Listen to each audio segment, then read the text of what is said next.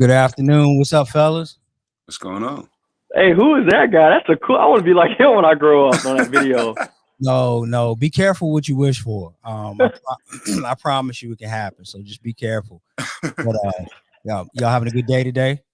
Yes, sir. Good, my Awesome. brother. Good. Awesome. Thank you for joining. This is something new. I did a different kind of screen today, so we'll see how that works out. Y'all look great.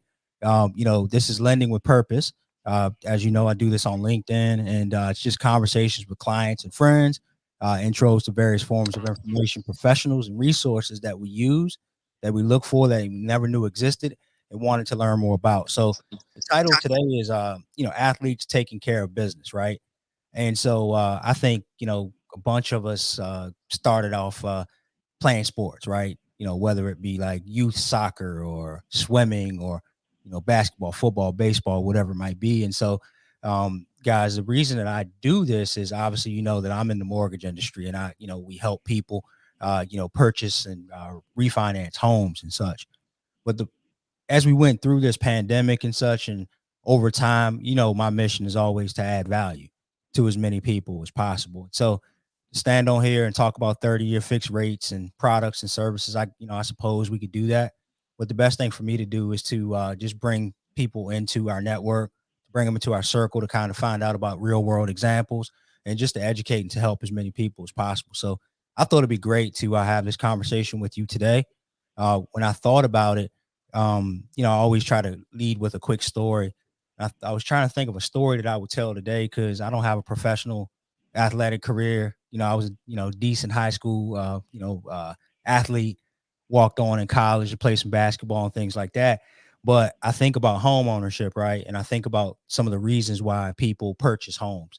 And so the three things that at least that we found in our experience, there's many reasons why, but family is one, financial investment is number two, and stability is number three. So I'm thinking back. So Akil, you went to the University of Virginia, Mhm. um, in Charlottesville. I grew up sub Charlottesville in a small town uh, outside of Charlottesville. So you could imagine, like, how I kind of grew up, and it was a very small town. So Akil, my first property that I purchased Mhm. was an investment property. So bullet number two, financial investment. It was a double wide trailer. and and I purchased it as an investment property. And the cool thing is I was able to get some help from my family to help purchase it, because they owned it as like a second home. Mhm. And hold on, Austin jumped off. I'll get him back in a second. They owned it as a second home, and so they allowed me to purchase it from them, because they wanted to keep the property in the family. So Nice. that me telling that story is about you guys. There we go. We're back. Thinking about both of you, because there are definitely reasons in which people purchase homes, and so both of you have unique stories about how you got to where you're going. Kind of, if you look at the flyer in reverse, so I had Austin in there with his business suit and his football picture in the background. And then Akil, I had you slam dunk in the basketball with your professional picture in the background. So at any given point, there is going to be some sort of a transition, Mhm. right? And I know that both of you are passionate about business, entrepreneurship, about real estate, and so it'll be awesome to have you on today. So, with that said, as I tell everybody, my Steve Harvey introduction is not the greatest in the world. You're going to do a much better job introducing yourself versus myself. So, we'll start with Akil. Akil, tell us who you are, what you do. Then Austin, I ask you to do the same thing, and then we'll just get into our conversation. Yeah. All right. Well, first of all, man, thank you for having me on the show. It is a privilege. Absolutely. I mean, you won't say it, but you definitely got me through the lending process. I'm sitting here in my own home now. And I remember calling you earlier this summer, like, hey, man, I feel like I'm jumping through the hoops. I'm stressed out. Like, help me out. And you definitely spent your time to help me through the process. So I feel really privileged to be on the show. But I mean, you kind of hit the nail on the head. I went to UVA, graduated from UVA in 2014, and I've been playing professional basketball since. Um, I played a couple of years in the NBA with the Houston Rockets, the Brooklyn Nets. But a big majority of my career has been overseas. I'm headed to Turkey to play my 8th professional year in a week or so. So it's been nice being home, but it's time to hit the road and make some more money. Congratulations on that, man. That's awesome. He said, you said 8th season, right? 8th season, yeah. That's amazing. I want to touch on a couple stories you told me about this summer too, as well, if you don't mind. For sure. Yeah.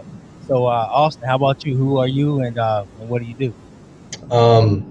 Again, like Akil said, it's a privilege to be on the show.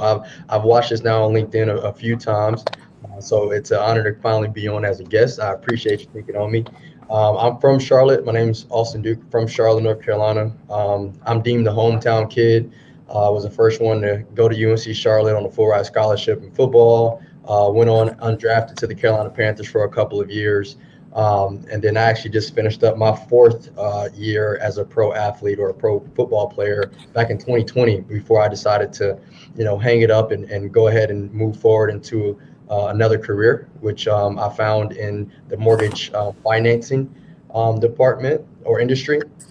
And, I'm going on a little under a year now. And I just have a heart for, philanthropy, giving back, and to be able to capitalize off of, helping people get into their new homes and refinance and accomplish their home ownership goals, it's very rewarding and it works hand in hand. So that's kind of where I'm at now in life, and I'm enjoying what I'm doing. Got it. So, Austin, we'll stay with you. Like when you were playing football, for instance, right? Did you ever imagine, like, you doing mortgage loans? Like, was that something that even crossed your mind at any given point?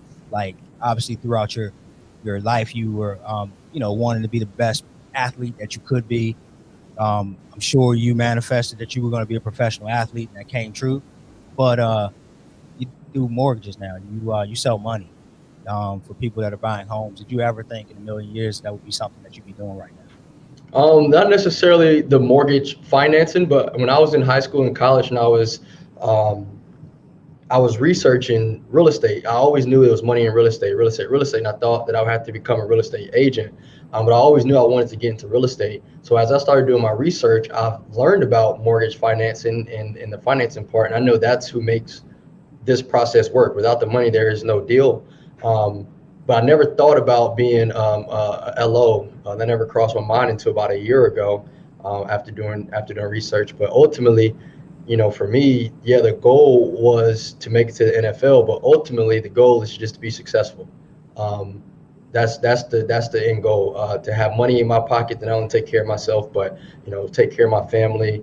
Be able to give back, and that's the ultimate goal, is just to be successful, do things the right way. Got it.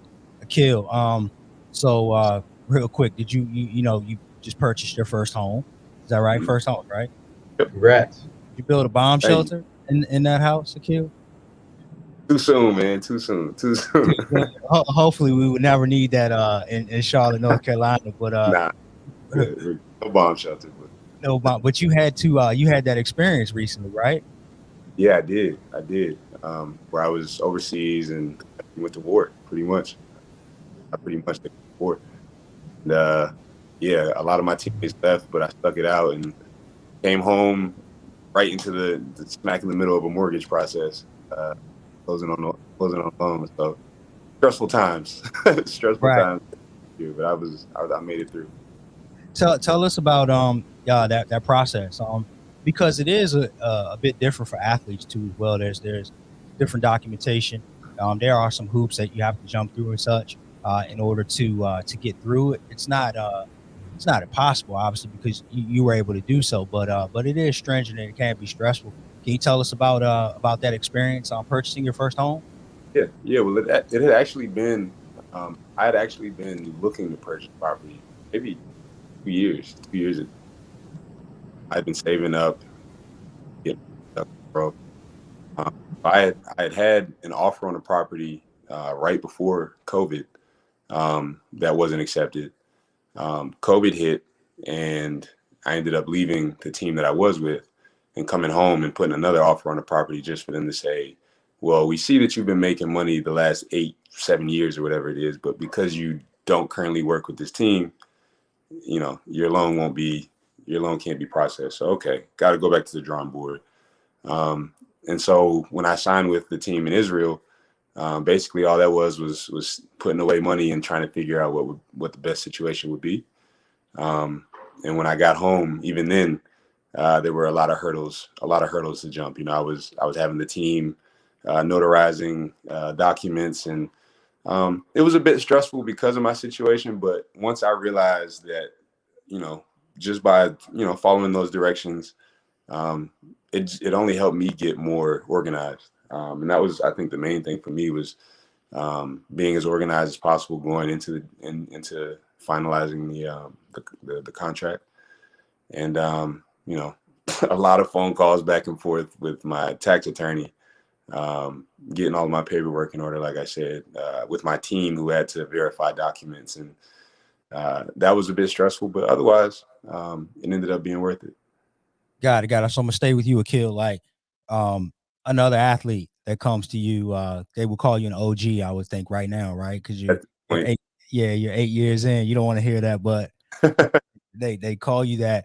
Hey, OG, I want to buy a new house. Mm-hmm. Right?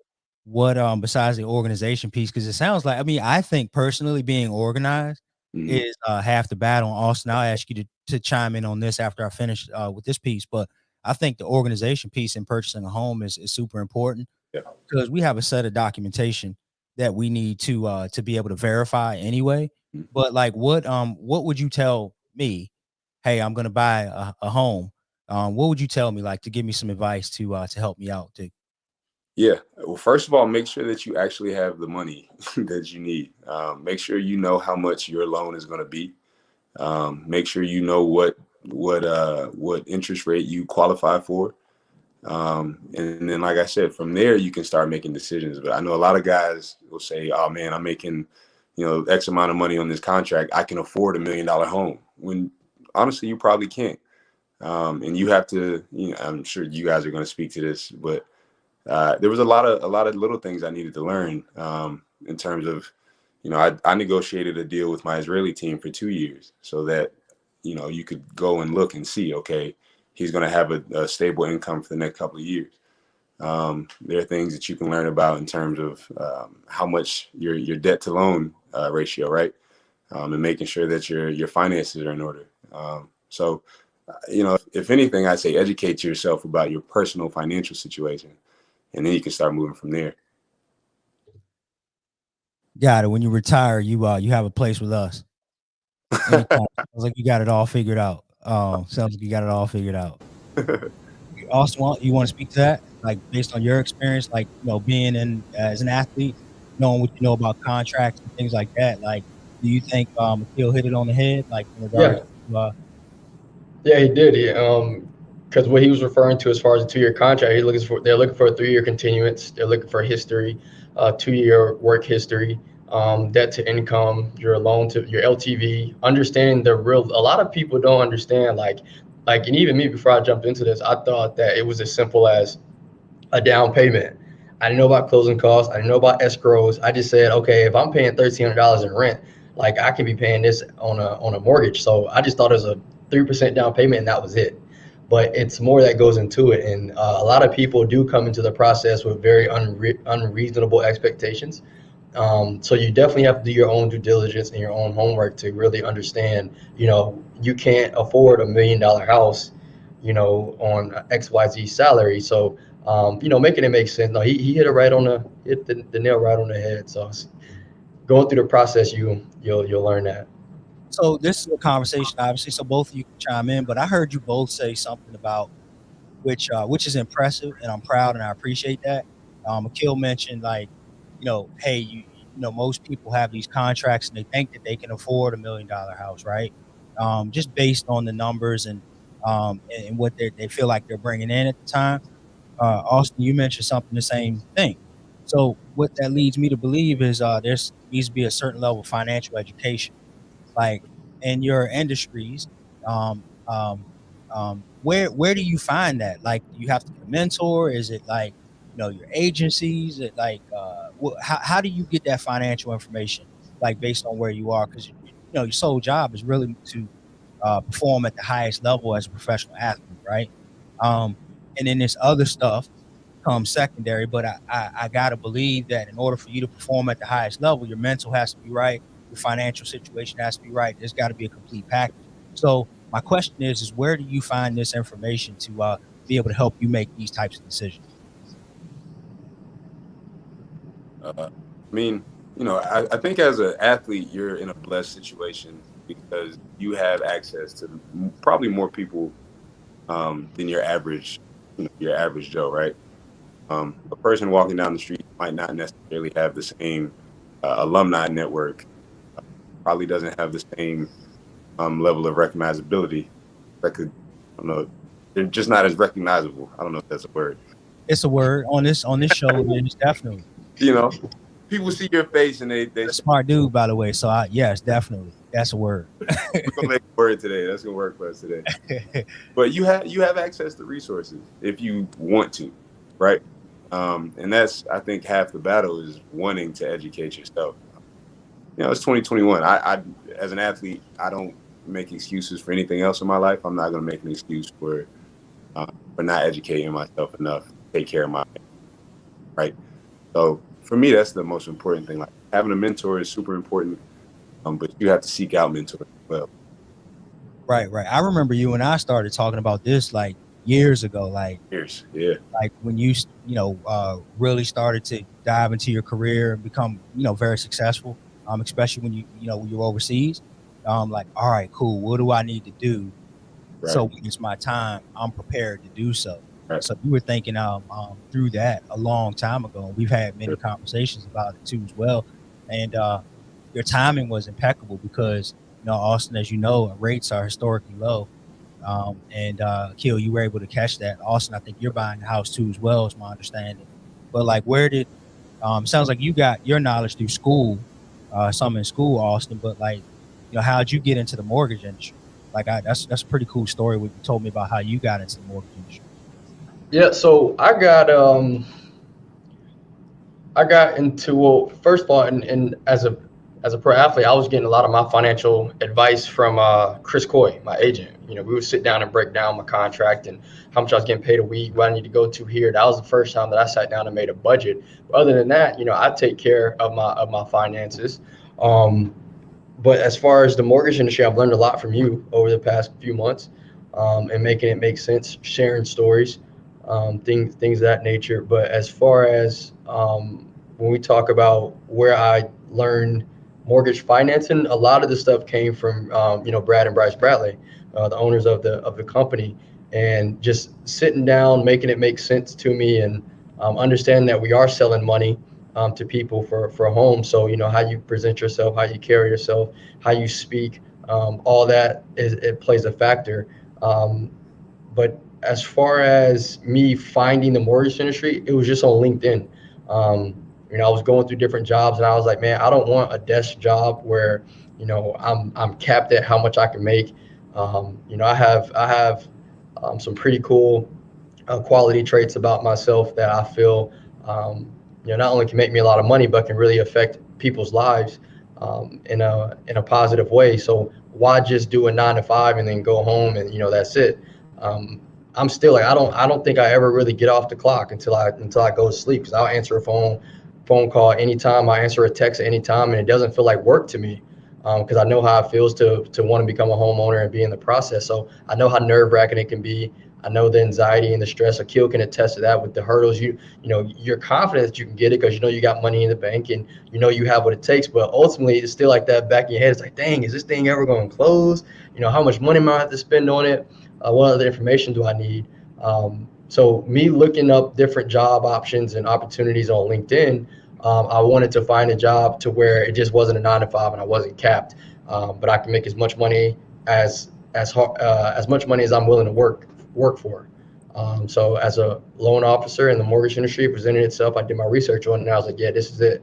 This is the place. So inability to eventually in the deck of cards is starting my own mortgage company. So it just provided a lot of opportunities and vision for the future. No, that's good stuff. Akil, I think you have to hop off, right? Get to workout. I actually just finished my workout, so we're good. Oh, all right, cool. So we Oh, got, bet we get to keep I it switched chill. times around. you did all that for us. Oh man, I had to be here for this. I'm here listening to you. I hear you. How was the workout? I was good, man. It was really good. Yeah. Exactly what You said what you needed today. Yeah, had to get it in. Got it. So look, you I know you've invested in some your brother has a really cool concept. Proud of him too, and I'm excited for his business. I think I gotta believe you helped in some way with that, like in regards to picking your brain, using some of the resources that you have and things of that nature. I know you're passionate about entrepreneurship and then obviously also real estate, but like why that? Like, you went to school or college where you can the network that you have there, you could pretty much do anything that you want, right? But you obviously stuck with basketball, and then you're also choosing to get into this entrepreneurial space. Like what's your thought behind that? Like what's that mindset? Like why are you doing it? Yeah, I've always been passionate about business. I've always kind of been able to recognize, time is maybe the most important asset that any of us have. And I remember as a kid, almost, I was probably 10, 11, 12 years old, thinking like my freedom is the most important. My mom works super hard, and she always has. Austin, my mom. She's a sweetheart. She spends so much time working that she at times doesn't have the freedom for other things. And I've always kind of recognized that entrepreneurship was the way for me to get there, right? The way for me to free up time so that, I don't have kids or anything yet, but one day when my family demands more time of me, I can be there for them, right? I can be there for my mom. I can be there for my brother.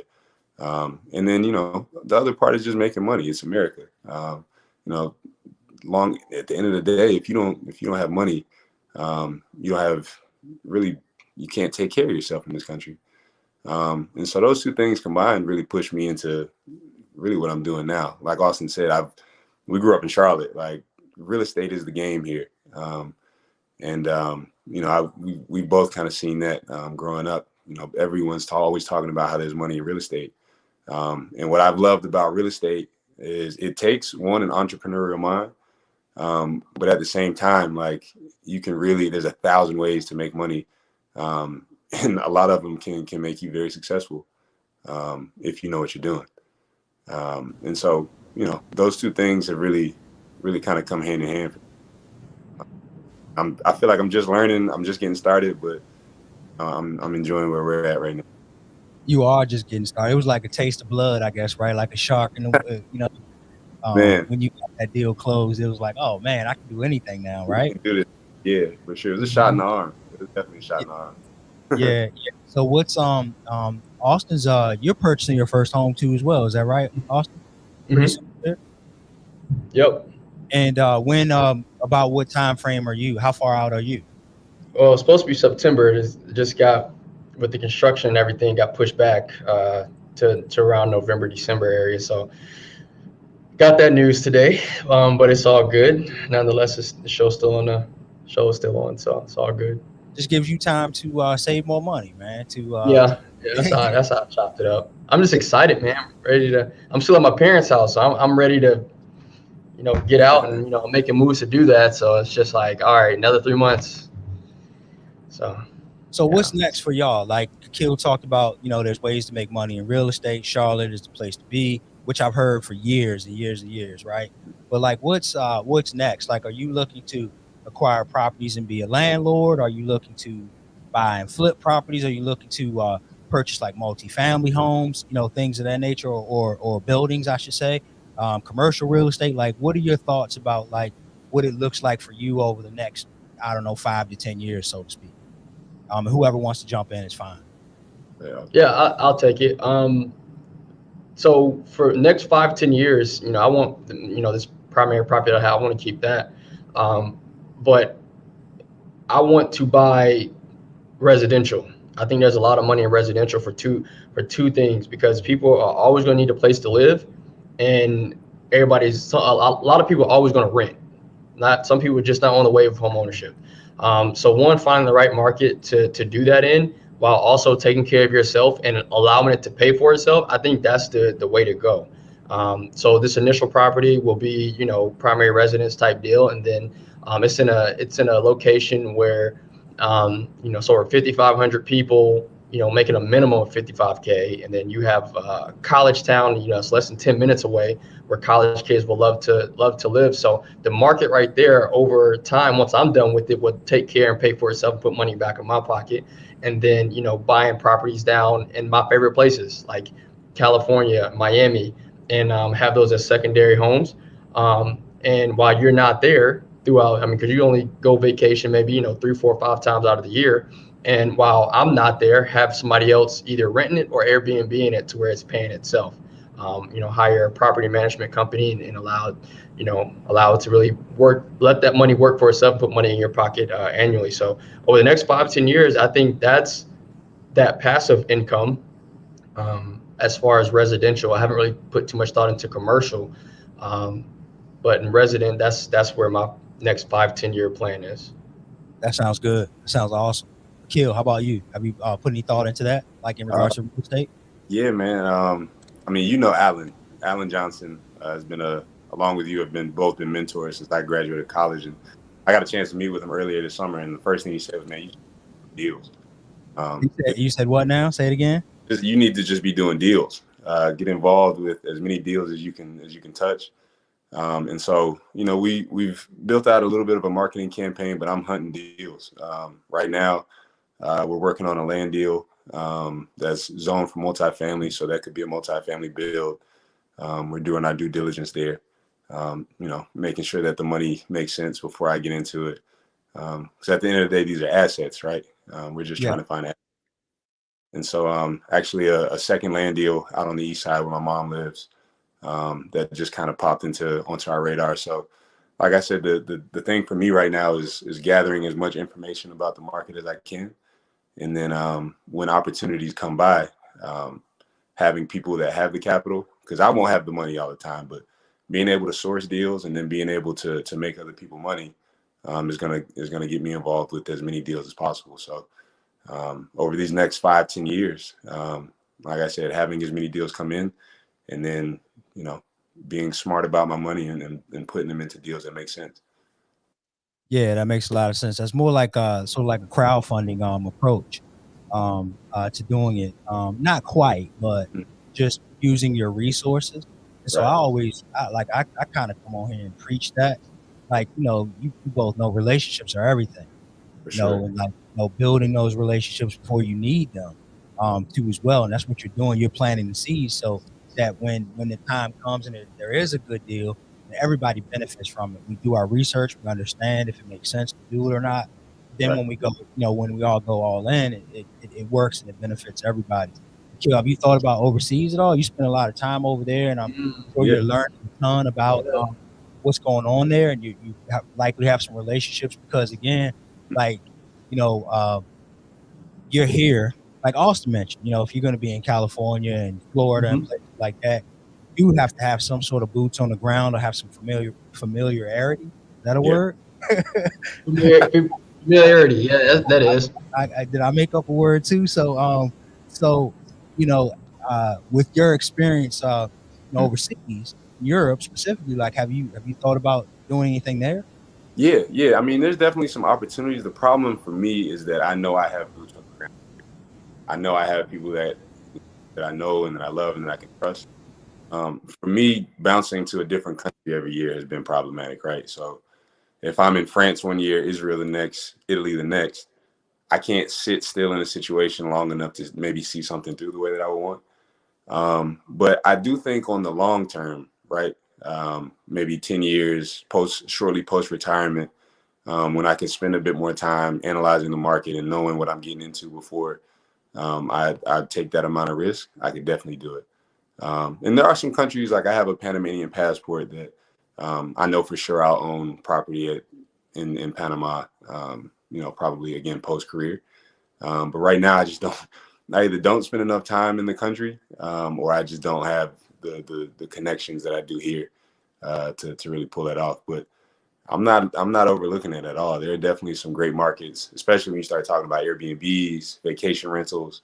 Some of the cities I've lived in have been amazing, but it's a different ball game when you're trying to buy property without either speaking the language properly or having someone there who you can really trust. So, other than that, I think it's a great investment opportunity. Right. It could be a future thing for you too once you get your blueprint here in the States. Oh yeah, You be able to assess a deal and understand what it looks like at the end of the day. Like, commerce is commerce, and yeah, money's money. Like, at the right. end of the day, so you can put a deal together. But you're absolutely right. Like, if you have a learning curve on trying to understand how a deal works, Mm-hmm. the language, limited resources that you have to continue to build over time, I can see how that could get difficult for you. So I do think that's one thing that I notice about like athletes that play professionally in a foreign country. Like, Mm-hmm. you all have a really big advantage if you build relationships now, so that in the future you can go there and kind of spread your wings and do some things in other countries too as well in regards to real estate. So I got both of y'all on here, right? And any questions you want to ask each other, like, Yeah, I was thinking that like I want to buy property in Toronto, but I was thinking in these other countries, they don't have like America. We do the capitalism where we allow people to buy a piece of land and buy a house. How is that the same type deal as it is in Turkey or Israel? Like, you just can't buy property over there like that, can you? So the last year I've spent in Israel, I'd asked a ton of questions, and it is a lot more difficult for a non-Israeli citizen to purchase land. But obviously, they accept for an investment. You have to again have someone who has that passport that can kind of bring you into it. But every country is different, right? Every country has its own laws. Every country has its own rules. I'm sure it's a lot easier to buy land in France, for example, than it would be in Israel.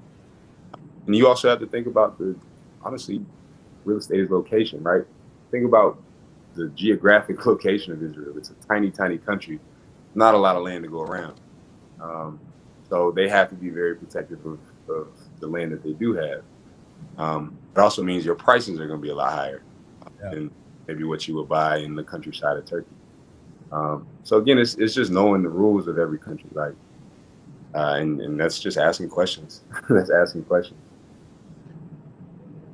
No, what Kill, anything you want to ask Austin? I was talking earlier to the guys that know you, Akil, that work with Austin, and they said something about coincidence, and I'm like, I don't believe in coincidence. There's no such thing as a coincidence.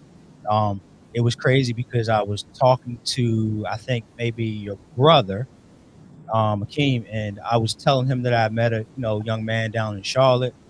I think that he needs to connect with him because he's a cool guy, and it's just like whatever. And in the back of my mind, I don't like name dropping, so I never said Austin's name.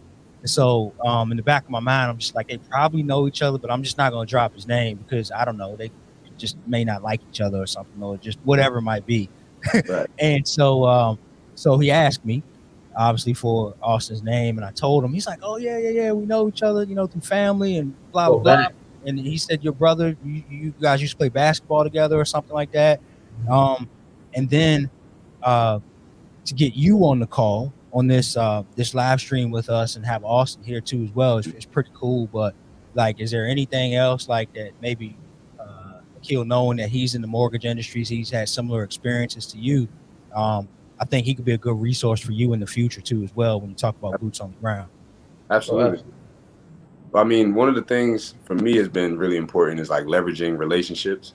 And Austin is from a completely different perspective. Like, we have the whole basketball world. Austin is the football world here in Charlotte. So like, we played basketball growing up together, but Austin, I'm curious, like, how are you gonna? I'm really interested to see how your career is going to transform here, because you are one of the most personal personable people I've met. So, you know, if there was any advice that you'd have for guys who are coming to the Charlotte market, or maybe looking to, you know, invest or to buy a home for their family, like, is there any, other than come straight to you, is there any advice you? What I've learned about Charlotte's market is it's really a two-way market. It's either they're gonna come to you because you're the cheapest, or they're gonna pay premium because you're the best quality. And I've realized that over the years, where we have South Park and Ballantyne, and then we have, you know, the east side and the west side of Charlotte, and people in Charlotte, like, you know, charge what you're gonna charge, and just be premium.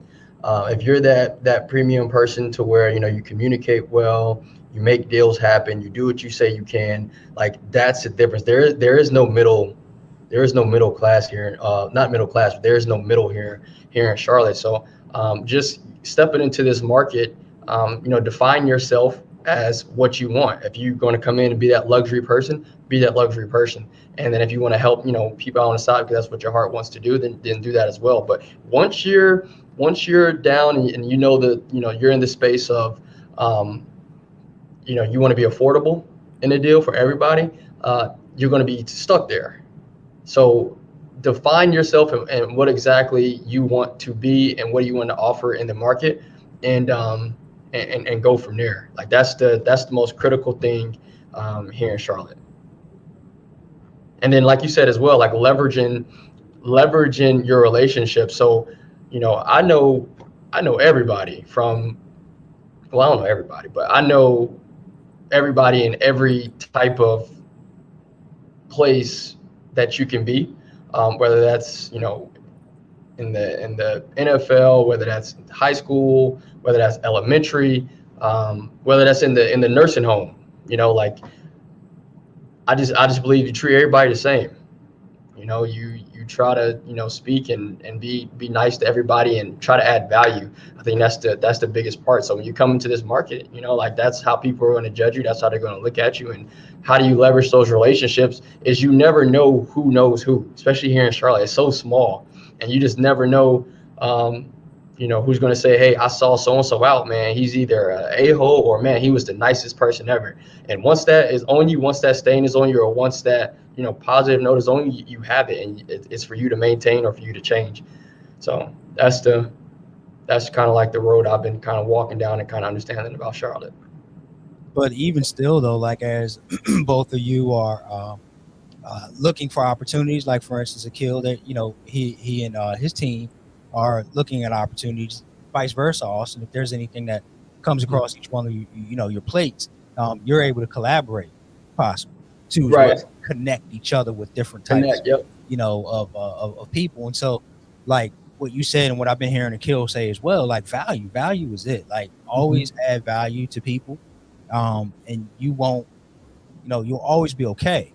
Like, if you add value, because everything always comes back full circle. Full Like, circle. there's no reason to keep score. Like, that doesn't, no pun intended with you athletes on the call here.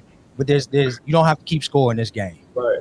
Yeah, you just add value, add as much value as you possibly can, and it always comes back around. And I'll even say this on Akil's character, because I was always me and Akeem, and Akeem came a little bit after me, but I was like, for the Jayhawks, right? I was like the little mascot. You know, I was maybe like 4'3". I was the annoying little brother that just wanted to be around all the older kids. And, you know, guys like, you know, Chavis and, you know, a couple of other kids, like, you know, they would make fun of me, but, you know, just like how older brothers do, they'll slap you in the back of the head or whatever. But Akil, I always remember how kind and accepting Akil was to me. He never hit me. He never made fun of me. He just always was just, you know, what's up, Austin? You know, and he was always kind. Just, I never have a bad thought about Akil. He went out, did his thing in the tournaments that he played in, balled out, and we knew who Akil was. And like you said, everything comes full circle. So when I hear Akil's name, it's like, oh yeah, that's Akil. Like, you know what I'm saying? Like, you know, that's my brother's, you know, teammate and friend at the time. You know, I have nothing but positive things to say about him, because how he treated me when it was so easy at the time to treat the most annoying kid on the team, or want to be a part, you know, try to treat him bad. And we didn't have like bad people on the team, but, you know, as kids, you just remember stuff. And I appreciate that coming back full circle, bro. He's kind until you run down the lane and you catch that bump. You catch one of those shoulders or the elbow from him or something like that. I'm sure. Yeah. That's within context. So that's cool. Until you make contact. Right. Yeah, that's awesome, man. Like, so Akil, where can we like I think we should be following you like on social media, like, to root for you and cheer for you and give you that energy as you're overseas playing basketball. Like, what's the best place for us to get access to you? Yeah, I mean, you can follow me on Instagram, AJ Mitchell 25. Oh, yeah. My link is also up and available. Yep, there it is. There, Akil Mitchell.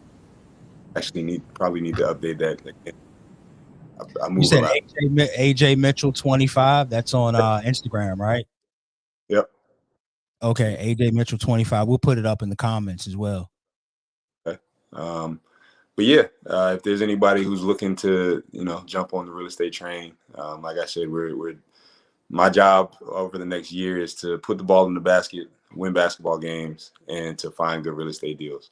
And so that's where my focus is over the next couple of months, over the next couple of years, honestly. So if anybody just wants to reach out just to follow my basketball journey, follow my real estate journey, feel free, jump in the comments, DMs, get my number from Shawn, whatever you want to do. I'm here. Sounds good. I appreciate it. How about you, Austin? How do we follow you? What are the best places? Yeah. So Instagram, Austin P. with the suit on and a briefcase and stuff now. Yeah. You gotta look the part. Tell you, it's either your luxury here, premium, or there's no middle class. I apologize. So how should we connect with you? You can do Instagram, Facebook, LinkedIn. Everything's Austin P. Duke. Shout out Michael B. Jordan for the inspiration. But Austin P. Duke. And same thing, like, I'm always on my phone, always in my DMs. So business inquiries with residential real estate, even if it's just, advice, you want to talk through something, I love the opportunity to assist and guide you through it and answer any questions that you may have, especially first time home buyers and investment properties. So Instagram, Facebook, Twitter, LinkedIn, Austin P. Duke. Austin P. Duke. Where are you licensed? North Carolina, South Carolina, Florida, Georgia. We're in Maryland, Florida, and Tennessee. I still have to get my license there, but we can still work the deal here as a company. I can still, talk you through and everything. So, sounds good. All right, so we're gonna wrap up. I'm not gonna let you go easy though. Question that I have. A lot of times people do these things as icebreakers, just to start off a conversation. But I end the conversation with it because I feel like purpose is, super important. Like the reason, why you do things, the reason for which something is done. And so you find out a lot about people when you ask certain questions. And so the one question I have, I'm going to keep it with you, Austin. You get one person, dead or alive, one question. It could be breakfast, lunch, coffee, dinner, a quick email. I heard y'all mention DM earlier. Who would it be, and what would you ask? And there's no right or wrong answer, just whatever comes to mind. But one person, dead or alive, one question. Who would it be? What would you ask? That's tough. I know.